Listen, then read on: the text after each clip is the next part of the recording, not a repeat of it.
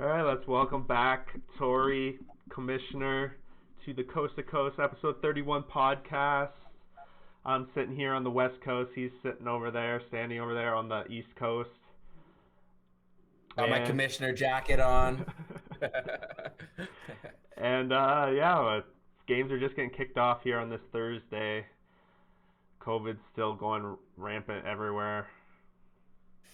What can we do? Are you addicted yet to watching hockey? I am somewhat addicted. I've been watching every single night, actually. What about you? Yeah, you sent me. Yeah, I've been watching a lot. The last 4 or 5 nights, I've stayed up to watch games, and it's funny because I've been tuning into the right games. Let's call it like ones where I tune in, and it's like, did I go to bed? No, it's a good game. Like I'm gonna stay up. And like for example, the other night, one was Anaheim versus Minnesota, and it was the night where John Gibson had the shutout.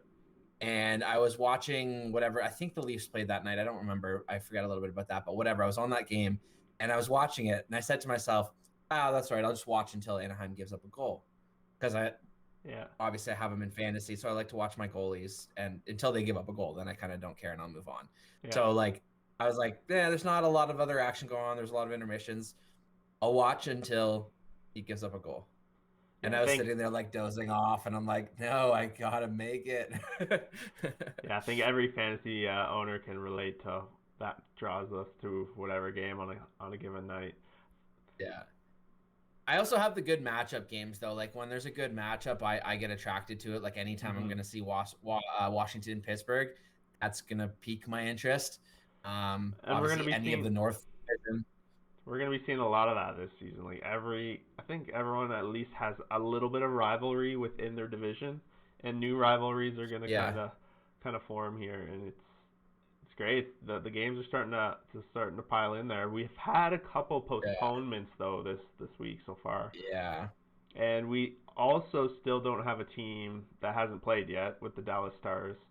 So yes, that's true. And the Florida Panthers have played two games, and now they're sitting again for another week. Yeah, I think they do play Dallas. That's gonna get interesting. I think Dallas's first games are against the Panthers, so I'm sure that's so. just No. It's Predators. It's Predators. Okay. It's Predators then Panthers. Predator, Panther, Panthers is how it goes. Okay, so I'm not sure if they're even back to practicing yet. I'm assuming they are. I hope they are. So moving. What other? I don't know. I mean, like, I think it's interesting too, because like, just what you mentioned with the new matchups and some rivalries and stuff like that. I was watching the Nashville Carolina game the other day, and I found that really, really entertaining. Like, they're not elite teams per se, but they matched up well, and I thought that was a really kind of playoff type game. Like, I felt like I was watching a playoff series. I kind of really enjoyed it. Yeah, that's true. And these new series, I think we have Vegas is in a 4-game series against the Coyotes. We're halfway through that, and there'll be a few of those throughout the year, not just those two teams, but everyone across the league. Yeah, but like, I feel bad because it's Arizona. Like, I don't know.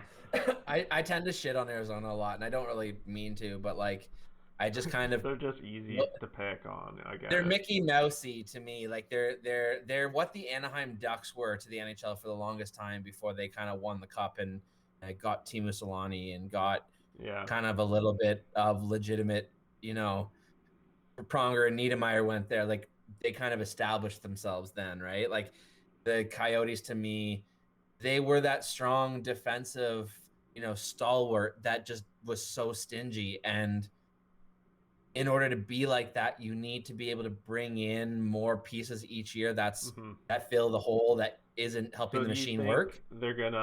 Are they gonna take any games off Vegas in the series? There's 2 more left. Points probably, but if you gave me the over/under of 1.5, I'd take under for sure. I'd give you a 4-game series. Like obviously we have half a game. But half a game's the over/under. Yeah, I meant like before the 4-game series. If you had asked me, I know like the first game already happened, but the first game pretty much went exactly how I would have expected to, a 5-2 win. That's pretty much exactly how I see most of the games going. Mm-hmm. So like it might be a 3-3 overtime, or shootout that goes to Arizona, but like it's not they're not in the same class. Are Like you, I haven't watched enough of Vegas yet either, mm-hmm. but Have you been still, tracking they're the not in the same standings? class. Not really. It's too weird yet to care about that. There's too many different teams that haven't played or have played one game and then sat for 4 days and played, and Yeah. like people got to get into a rhythm. Like first off, you have to. I've always used the rule in my head: double-digit games before I even look at the standings. So until pretty much most of the league plays 10 games, I don't Mm-hmm. really care about the Exactly. standings unless there's like outliers where somebody's like 9-0 or 0-9 or something like that. That's something to talk about. But Yeah. usually 10 games, I kind of just wait and see Yeah. see Sounds what it's good. looking like. So you don't think any team should be panicking at this point in the season? Or I mean, have you seen something from specific teams that you were like, oh, maybe they should worry a little bit? I can speak probably better on the Northern Division right now, just because I've Mhm. I've paid attention more to their games and more specifically to their teams shift by shift. Um, I really like Montreal. I really like them. I know I was hot on them at the beginning of the season. They're reinforcing my expectations. Like they're pretty much exactly what I expect them to be. Not the Mhm. highest scoring team, but like they're gonna get 2 or 3 every night, and they're probably not gonna get shut out very often. But they're probably not gonna have very many games scored more than 3 goals. But with Carey Price and Jake Allen in that defense, I don't think they're going to give up more than 3 goals very often. So I think they will have a lot of like overtime and shootout games where at that point it's a bit of a flip of the coin. But Yeah. I mean, we know how it goes. Some teams are like, 50-50 in the overtime period. Some teams are like, 10-1 or the vice versa. So like we'll have to see how things end up that way. Um, in terms of bad teams or teams I'd be concerned about, Edmonton is really one of them. Yeah, that's a good point. Um, I didn't think about them when I was making the list. Even even yeah. though they just came off a pretty big win, oh, against the Leafs. Did you watch that game? Yeah, like didn't have my 100% focus, but I watched from like halfway through. It was pretty lull. Like Yeah. there was no real drive to do anything on either team. I find that the Leafs they have those games from time to time. But Oilers also do, and they both had them at the same time. Like it almost like neither of them really wanted to win neither of them really wanted to win the game, and they're like, here, take this game. But both of them did that at the same time. So Mhm. like it's 3-1 with an empty net, and there was 2 empty nets. One Cassian missed wide open net, he should have had it, Yeah, and it then hit the Jason Spezza crossbar. missed a wide open net. Yeah, so like one team piece missed a wide open net, so that could have impacted the game there too. Yeah. But Edmonton screams danger for me. I said this at the beginning of the season that their goalies really worried me. I didn't mind because they had the Anton Forsberg as their number 3, and I thought he was one of those, best goalies outside the NHL kind of thing, or in that group of guys. So like, I wanted to see what he could do, and like, it doesn't help that they're missing Clefbaum, but we knew that they were missing Clefbaum. What happened to Speaking from a Anton Leaf fan, Forsberg? he got claimed on waivers. He's been bouncing Oh, around a few different places on waivers. So they've had to call up their kid in Stuart Skinner, who I think has some potential, but like he's not ready yet. So like he's being thrust into a situation that's clearly not great. yeah. So like, Speaking of that Colorado goalie, and I have never even heard of his name. I don't can't yeah, even I've remember it. heard of him, but I don't know much. Hunter Mishka. Yeah, there you go. Hunter Mishka. Good luck tonight, sir. I'm pretty sure I've seen him play against the Marlies one time, and he was just not bad, not great. He was just another guy. I never Yeah, looked into him. Like he didn't yeah. play well enough for me to care about who he was, basically, but he wasn't bad enough for me to care about who he was either, right? So he was just another guy. Mhm. But I'm just worried with Edmonton because like their issue is goaltending, and you can already see it in even Cassian's face, but more so McDavid's and Draisaitl's face. You can see it in their faces when like they're already like, not again. Like, what else can we do? Yeah, you Like, could definitely see it in McDavid's face multiple yeah, times. yeah. He was not happy. And it wasn't even that he was unhappy. It was like he was already chirping the refs, and like he's already rattled. Like he's already feeling the pressure of being him, which doesn't speak negative on him. It just means that everyone expects him to carry the team. And like, if they want him to play defense, well, do you want to play defense or do you want me to score? Like, I can shut guys down, sure, but then who's going to score so that we can win? Like, I can't shut down people and score and play goalie, and like, you know what I mean? Like, Yeah. I'm just really worried because it's been 2 or 3 years now where it's been that case. And from speaking personal experience, playing on teams without good goaltenders, it's really deflating. Like it's really hard to continue to care and to sacrifice yourself and block shots when either that or you're the type of guy that feels like you have to block every shot or it's going in. Yeah, Right? So they're riding Koskinen pretty hard. they have to. I know. I mean, they like this kid in Stuart Skinner, but like if you throw him in and he fails, you're gonna ruin the kid that you like. And Yeah. then you also don't have any other goalies. So then what do you do? And then everyone's gonna say, we're not gonna help you. Or here's this goalie, take him, but you have to wait 14 days in quarantine. Oh, and then you also have to give up assets for that beforehand. Like they're in a very bad spot. So I'm really concerned about them. I'm really Yeah. concerned about McDavid's attitude. I mean, they haven't scored. Look, the last 3 games between the two of them, they have what 4 points, and 3 of them came last night against or the other night against Toronto. Mm-hmm. Like they're not. They They're were playing 1-3. defense. Yeah. Yeah, they're trying to prevent goals because they're so scared about the goaltending and the poor defense that they're not cheating, they're not breaking, they're not, trying to get the offensive chances. They're making sure that it doesn't hurt them first. Yeah. They can't win games 6-5 every night, right? So, and you can tell with their coach Tippett, who's a defensive structure type guy coming from Arizona and all that other stuff, like you can tell it's killing him. And like he can only lean on Nurse. And Nurse, I don't know if you saw this, but Nurse had like 5 shifts, 2 minutes or longer. And he also played like 29 minutes or something like that the other night. Damn. So like he is a horse for them. And like if he were to theoretically go down, they are screwed. And I would immediately put them for basement team in the Northern Division. I'm already considering them at the bottom. Yeah, I'm definitely been considering the middle of the North Division's definitely changed. I know Calgary fans are gonna hate to hear this, but I'm really on Calgary right now. I think they're fire.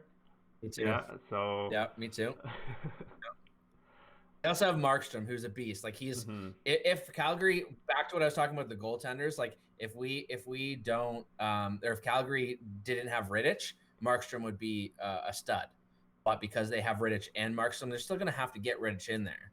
So like yeah, whatever. I'm curious for when they're I'm gonna do their Calgary. first. I'm suspecting they're gonna start him the next game or the game after. Probably Yeah. get him in there, right? Get him to see some pucks. But another team I'm less worried about. Obviously, we went off a little bit on Edmonton there. Yeah. But Vancouver, I'm a little worried about Vancouver. You're a little too. bit more attached to the beat. What are you hearing? What's your concerns? My concerns again, it kind of goes with the Edmonton's. Their defense is struggling. They just got 2 injuries today. Edler's out. Harmonic or Harmonic? yeah, was Harmonic. Yeah, he's out as well. So there are Jordy Ben's back, which is whatever. Yeah. But they're definitely thin, and they've been letting in a lot of goals. Like 6-5 last night was the final score, right? I think it was 5-6 or 5-4 or 6-5, whatever it was. Yeah, exactly. So yeah. I am not feeling good. I think I put Vancouver as my second in this division. I would immediately drop them down. Calgary's right there for me now, potentially as the top, but right now I'm sticking the Leafs still there until they choke it. I know we kind of discussed tiers at the start. Have your tiers or like what point in the kind of division is your clarity? Is it like top 2, top 3, top 4? Like how do you see the chunks of tiers right now for the Northern Division then? I don't know what you. I know this is on the spot, so like you know how we do the tiering. So like for example, I'll go first. So I'm pretty confident that I know 3 of the 4 playoff teams. Like I would be willing to bet a lot of money that Montreal, Toronto, and Calgary will be there. Yes, I would agree. I think Winnipeg is probably the hands-on favorite next to fall into that spot for number 4. I would think so. I think number 4 is wide open though. I Yeah. think anyone can take it, and that includes Ottawa at this point until they prove me. Yeah, you know what? They got to get some talk. Like I think they really deserve some talk. But like, what's the other team we're forgetting right now? I feel like there's somebody we're not mentioning. We're talking Edmonton, Winnipeg. Oh, Vancouver, I guess. Yeah. So like, to me, the next tier is Vancouver and Winnipeg, Mhm. and then it's Ottawa and Edmonton in the next tier. So like, Yeah. I don't know. I'm still gonna put Edmonton above Ottawa, just because the McDavid factor. The same reason I Yes. go with when it comes to Chicago, Detroit. I give them the Kane factor. Mm. So, and I still Fair do. enough. I still do. And I guess where I was kind of leading at is if you had to put your money right now, there's one spot left between Winnipeg and Vancouver. Who I do you would pick and why? probably pick. Jeez, I'd probably pick It's a tough Winnipeg. one, right? Probably pick Same. Winnipeg. Yeah. I don't know. Why? I don't know. I What just comes to like mind? their top three. I just think it's stronger. Yeah, yeah. I think that if you I put would say them, the way defense I is always a kind of, wash. yeah, it's pretty close. And the way that I kind of try to break it down when I really don't know is, okay, if you put them in a 7-game series like today, if they started playoffs against each other tomorrow, who do I think is going to win that series? Yeah, And I'd have to take Winnipeg because they have the best goalie and mhm. they probably have the best power play. And Yeah, those two things can probably get you through the yeah, 7-game series. Might be 4-3, but I think it will get you through yeah. that series. So With you there. that's why I think I have to take Winnipeg.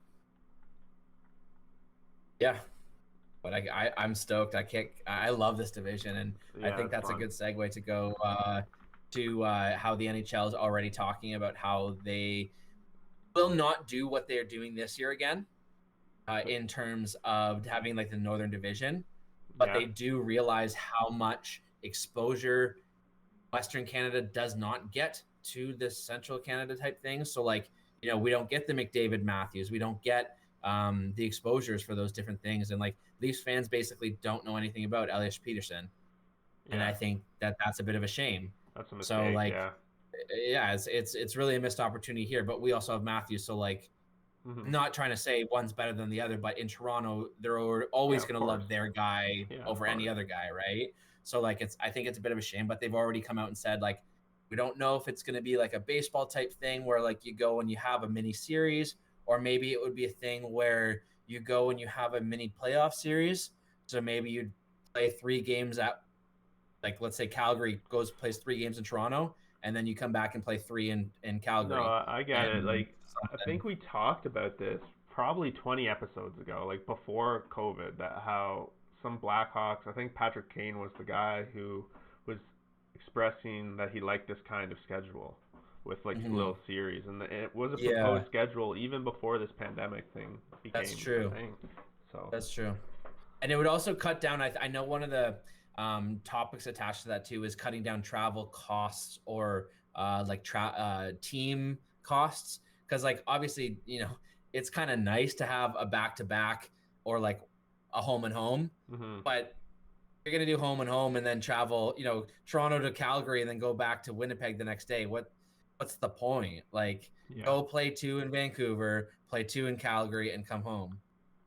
Be simple, right? Like, I think that's going to be a lot of it too, especially Yeah. coming out of COVID, where they can try to cut down costs The and players would like potential that, I think, exposures. too. Yeah. Yeah, yeah. So Oh, that'll be interesting. yeah, for sure. Um, I don't know. We talked on the Canadian teams. What this NHL pucks? What is this kind of? I didn't really get what that was. You want to talk So about full that? disclosure, yeah, I didn't read the full article, so I don't know everything they're talking about it. But they basically were saying, what I do know is that in the bubble, it was proposed to them to start using these pucks. And there were these seamless pucks that had trackers in the puck. So the puck could go then be tracked with the tail, the tail Yeah, on yeah. TV to show where the puck is. It can be tracked for, how long was the puck on Matthew's stick. It can track how much distance Yeah, did yeah. the puck move, I've seen how them use fast it was it shot, all that in stuff. broadcasts where they show the puck how it's been going like this before they score. Yeah, yeah, and the moving around. So like they can do all these digital things now Yeah. with that chip in the puck, and they had all kinds of different people test them from females to juniors to males to Europeans to everything, just to get different feedback. And they found this really good puck, and they started it in the bubble. And basically, everyone said, "This is fantastic. We don't really notice a difference. It's not bouncing anywhere, like whatever, no big deal." Especially because generally in the summer, when it's hotter, the puck, because obviously pucks are rubber, they bounce more unless they're properly frozen beforehand. Yep. So they were saying in the bubble, because it was during hotter time, that there was no issues. Well, I guess this new year started, and they got a bad batch, or a batch where the puck wasn't actually seamless. I don't know how that works. I don't know how a distribution changes. I don't know that part of it. But basically, the refs, goalies, players were complaining, saying like, "There's something wrong with this. It's bouncing too much. It's like when it hits my stick, it doesn't feel right." Like even the refs were saying when they were picking it up and watching the play that it didn't seem to be acting like a normal puck. It seemed to be doing weird things. Oh, so it's rigged. So whatever, they pulled them. They pulled them off out of the games as of last night. So I don't know what that means or future of that technology or whatever. Yeah, But it's very strange, because you imagine getting a little chip in there, and I've seen some crazy crossbars, and some of them that hit like up, and there's like at a camera. I forget which game it was. There's like a camera like right under the crossbar, and it like shot it, and they had to review it for like 5-10 minutes. Really? No, I didn't see that one. I forget what game that was. That's what I actually think that is the next step. Not to go off on a tangent here or anything, but I've been saying for probably about 5 years that they need to find some sort of way to have, it's going to sound silly, a force field. I don't know how to explain that differently, but some sort of imaginary electronic field that is within the posts. Yeah. So it's like a barrier, a line barrier, and the puck has like around the rim has sensors. So as soon as both sides of the sensor go through that force field and they pass, so in other words, cross the goal line. Yeah. Then like a video game, essentially. Exactly. So the goal light behind is attached to that. So there's nobody pressing the goal light. If that puck goes past the line, the light goes on, it's a goal. Corey. But you want accuracy? You want no mistakes? There's your solution. The light does not come on unless it's a goal. Technology and computers. All right. And here's the thing. Is in trouble. here's the thing that is the hardest thing to me in my mind to get done. You have the goalie go up for the huge glove save, right? Is it across the line? Yeah. We can't tell, right? By the time you look through the top of the net, the glove, sometimes you can see the puck, but you can't see the edge of the puck to tell when it's across. There's a huge save and the light goes off behind. We know it's a goal. It's a goal. All right. Huge save. The light doesn't go off. Wow. He made a crazy save. And because Steve Dangle said this in his podcast as well, as he said, especially for Leafs fans, like it's hard to celebrate a goal because there's been so many freaking goals called back and reviewed. And it's like, yeah, they scored. You get all excited, but it's under review. Okay, let's wait for 5 minutes. It's a goal. Great. Let's keep playing. Like you're over it, right? Like the genuine thing. That's huge. So like there's going to be a point in time where that is taking the fan aspect, the fan experience out of it. Put that into it. You now know every time 100% or 99.99% of the time if it's a goal or not a goal. You can act or react live in the moment accurately without fear of, having the goal taken back or anything in the moment. Yeah. Right? It solves all of those things. So I think it's only a matter of time. The hardest thing obviously is how do you get the sensor on the rim of the puck and not affect the puck. Yeah, the technology's crazy. I'm sure we'll have that in no time. You'd have to have some sort of sensors that are made out of rubber. I just don't know how or if that's even Elon possible. Today, I don't know if you saw this, announced $100 million contest. $100 million for whoever can come up, I think it's the next year, with the best carbon technology to like get rid of carbon. Really? Yeah, and $100 million for first prize. Interesting. Yep. Smart. Maybe I we mean, need somebody out there probably can figure out something, right? You get a bunch of people figuring something, or even together, you could probably create some sort of smart team and even share the prize and still be really wealthy, right? Yeah. But Be I mean, now we're interesting. getting off topic a There's little bit. they were related, I think. I forget how, but they were. We got here. uh, Yeah, no, it was the pucks. That's where we started off. yeah. But So yeah, I was saying, yeah. Okay. yeah. Um, you wanted to talk about some taxi squads, tricky maneuvers, cap related. Let's talk about first Washington Capitals Yeah. and their canceling or not canceling, but not following COVID protocol. Bunch of players suspended. Protocols. Yeah. So I saw a thing. I took a photo of it. Let me just double check. I don't want to be wrong. So the reason why this all came out is because obviously everyone's doing these tests. Well, Samsonov actually tested positive. So because he tested positive, they had to ask, like, who have you been in contact with, and like whatever, because you're positive, so whoever you've been in contact with, you've probably passed it on. Oh, well, I actually was doing this with these other players. So it wasn't anyone that ratted or anything. It was the fact that one of the players, so if they didn't test positive, they probably would have never known. That makes a lot of sense. So that's It's a little, it's a little shitty, but I guess it is what it is at this point. It Damn. is. And like I saw another thing too that was just interesting at kind of just COVID stuff, but head coach Rod Brindamore of the Carolina Hurricanes, he said that the players on the team that have tested positive were left where they were test positive. So the team carries on. Yeah. But the players, wherever you test positive, you have to quarantine there. So Jordan Staal is quarantining in Detroit. Warren Fogle, Jordan Martinook, and Jakob Slavin are all still in Nashville.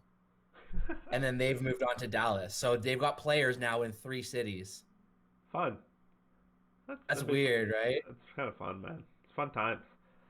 Get COVID, get locked down. That's how it goes. Yeah. Yeah. So, I mean, I think it was kind of dumb of the players. Clearly, they weren't really taking it seriously. But the good news, I think, about it is that it happened to a high-profile player in terms of the league, because they can do this once, and probably no one else is going to screw around. It's like if the first offense is 4 games, that's like a week. In a competitive 7%. division. That's 7% of your season. In a competitive division, every game counts. Yeah. So does this hurt when you're chances? expected to be a top team, right? Yeah, I had them at top. I don't know if I'd probably still keep them there, but it depends. I mean, their goaltender is going to be tested, right? Like they're not known to have goaltender depth, so I mean, they're now running. Well, Craig Anderson and Vitek Vanacek are the 2 guys that they'll be running. So I forgot they had Craig Anderson. Yeah, although he's on the taxi squad and I haven't seen that he's been called up. I would assume he's going to be the second goalie. I don't know who else could be called up, but we'll find out tomorrow. Yeah. But with the taxi squads, it's I don't know if you follow like trade rumors or anything like that, or Twitter or whatever, but a lot of it's like, this person's been sent down today, that person's been assigned to the taxi squad. 90% of it is just paper transactions, and they probably just call the player beforehand and said, hey, like, you're gonna see your name being sent down, just ignore it. You're in the line, like what they did with Spezza, the Leafs. Like they probably told him, like, we have to send you down to the taxi squad, you're going on waivers, but like you'll be in the lineup tomorrow, so just ignore what's going on. A lot of it's just for cap gains. So like, and you can't reassign the same. Why would no one claim them though? I don't get. How's that work? Well, with Spezza in particular, his agent went out and just basically said, if anyone claims him, he'll retire on the spot. He will not report to your team, and you'll have to buy out his contract. Which, if that team claims him, he retires, they buy him out, or they whatever, they cancel the contract, whatever. He's now a free agent. He goes and he signs in Toronto. That's just fucking whack. I mean, the agent actually came out and said that. Yeah, they did. Which it's like weird because I think everyone understood it because Jason Spetz is signed in Toronto for bare minimum.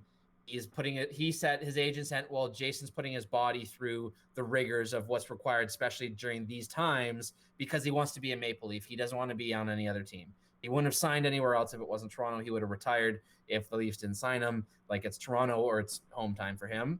So Yeah. like, Don't be situation, assholes. I don't have a problem with that, Yeah. right? But like, what's next? Like, oh, we're gonna send Freddie Anderson down, but if you claim him, then he's just gonna retire and then sign in Toronto for a million. Like, what's next, right? Instead of a buyout, all of a sudden, oh, let's I don't trade. know, but that'd be insane. It'd be Leafs hacks, man. Leafs What get it, favorites. I wonder. Well, there'd be limitations on ages that you can retire and stuff like that. And there'd be limitations, I'm sure, within the CBA to stop a lot of the shenanigans that could get opened down that wormhole. I don't know for a fact. You'd obviously probably have to read the CBA to actually know. Yeah.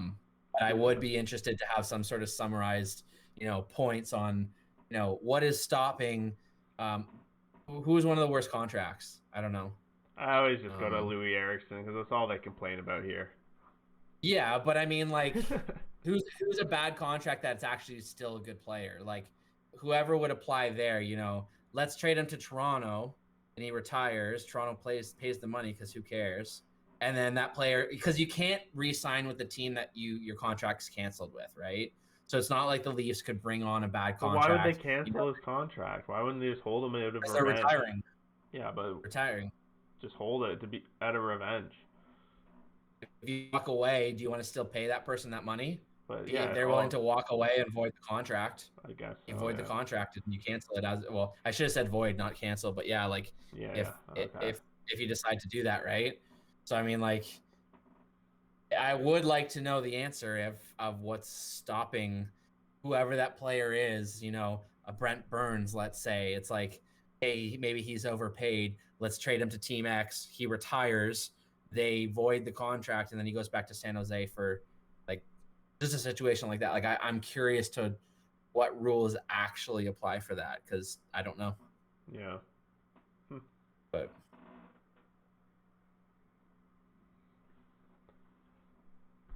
all right, I don't know. I don't really have anything else. I don't think on here. Do you want to run over? we didn't get to the other division. we didn't get to the trade talk.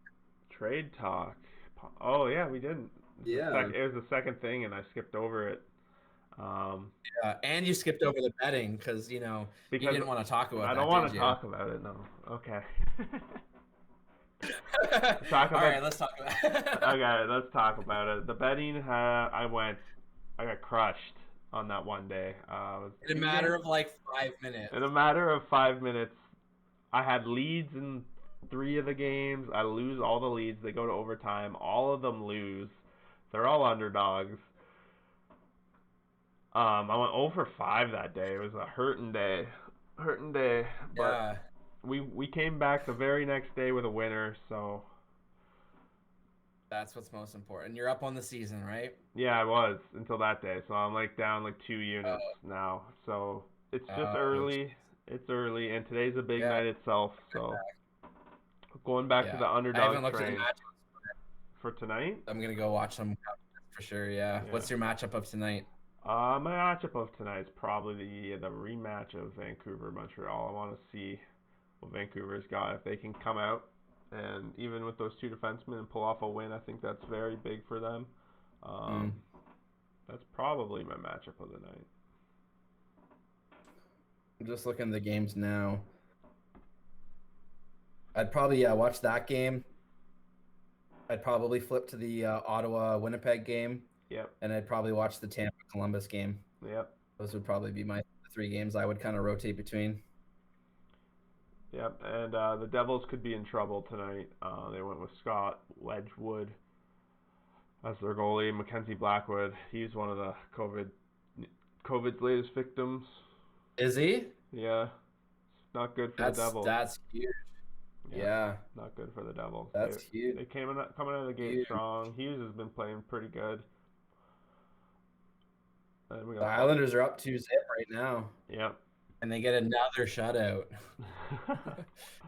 Please no. Please no. I would say maybe. Oh yeah, No. no, you're not against Jamie. No. Are you? No. Ben. Yeah. Um So yeah, yeah, so that's the trade talk. basically the betting. The trade talk we wanted to talk about is I didn't know like this Lane thing. I didn't know he wanted to get traded. Dubois on the other Yeah, end, that's pretty big deal down there. I guess it's pretty much wide yeah, open that he wants traded.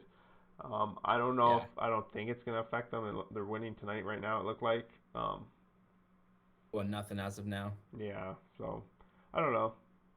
You think there's some possible trade destinations for these two? I would think like with the we talked about the trade deadline's like not even that far away. It's gonna be It's on us not, no. before like in a couple episodes.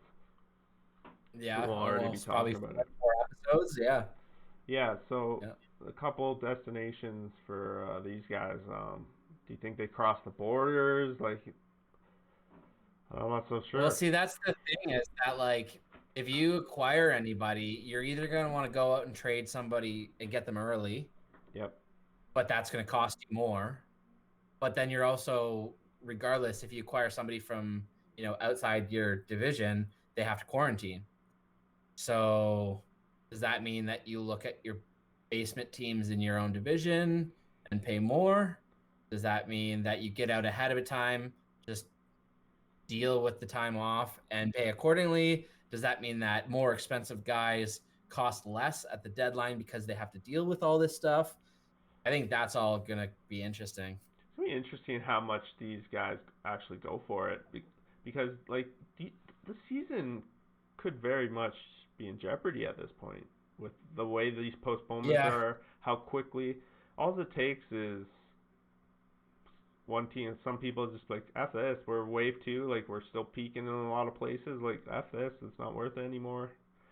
That like And would the like owners it, really care that much because they would lose less money by being closed? yeah, yeah, They're so true. like it that potential kind of scares me a little bit, but I hope they go through it. I'm not gonna be a pessimist about it because this is I'm I think it's gonna set up for like a season we talk about forever. Yeah, I think so too. Yeah.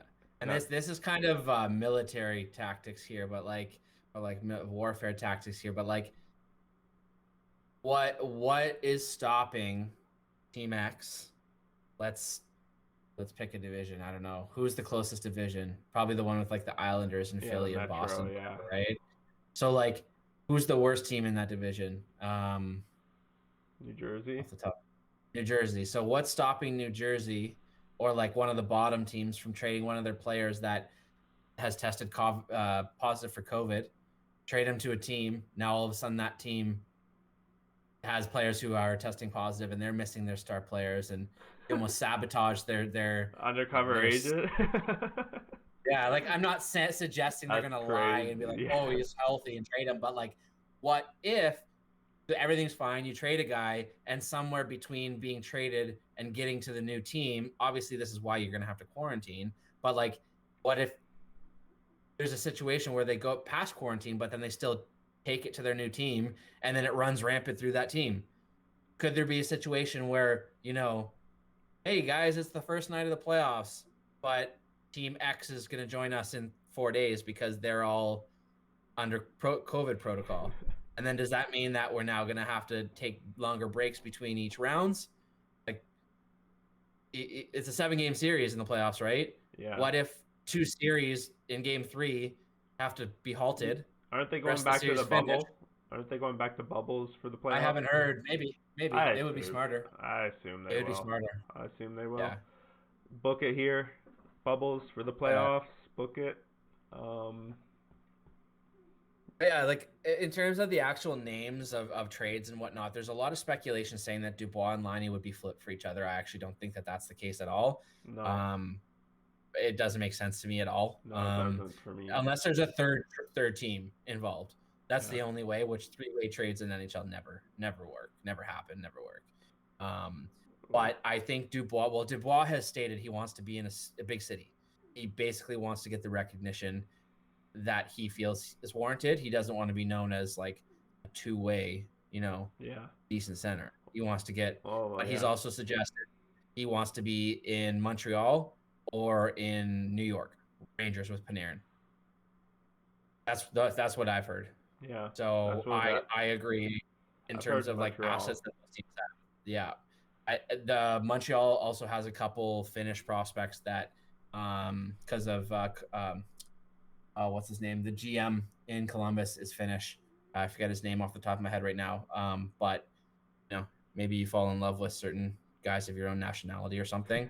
Um, like obviously when they're skilled, Tribalism. you're not gonna fall in love with a guy just because he's Finnish. But if there's two players and there's the same caliber, one happens to be Finnish, you're probably gonna go with that guy, right? If that's the tiebreak, that could be the difference, right? But Yeah. I think that's where he goes in terms of line A. All I've heard is he wants to go to the only place he'd sign an extension is Anaheim or LA. Like he wants to be on the coast. And as soon as I heard that, I just started getting flashbacks of Solani. Mm-hmm. And I feel like he wants to follow in the footsteps of Solani and be like the Finnish scorer on the West Coast. Like I get the impression that's where he wants to be. Okay. And if LA, if you look at just those three teams, there's no way San Jose gets them. So it's Anaheim or LA. And LA has the better prospect capital. But Anaheim, I think, is the better fit and where he probably would prefer to go because of the whole Solani factor. But Interesting. that's just my own kind of yeah, feeling. your own. Didn't you you told me you had a vision the other day? Brent Burns.